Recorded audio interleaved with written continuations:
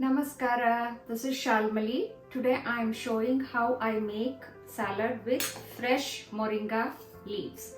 For the dressing I will be using flaxseed chutney powder.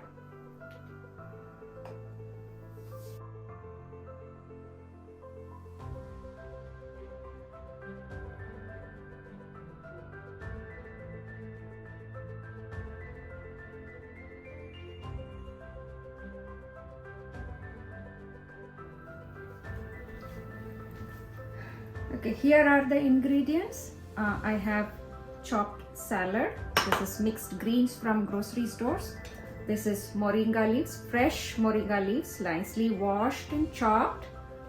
This is about 1 cup. This is about 1.5 cup. I have taken about 1/4 cup of chopped onions, a tablespoon of oil of any of your choice. I have taken peanut oil here.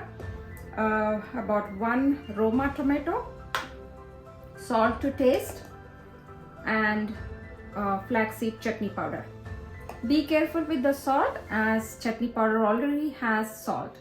If you want to just use toasted flaxseed meal, then you can add a little bit of chili powder, or you can have without chili powder also.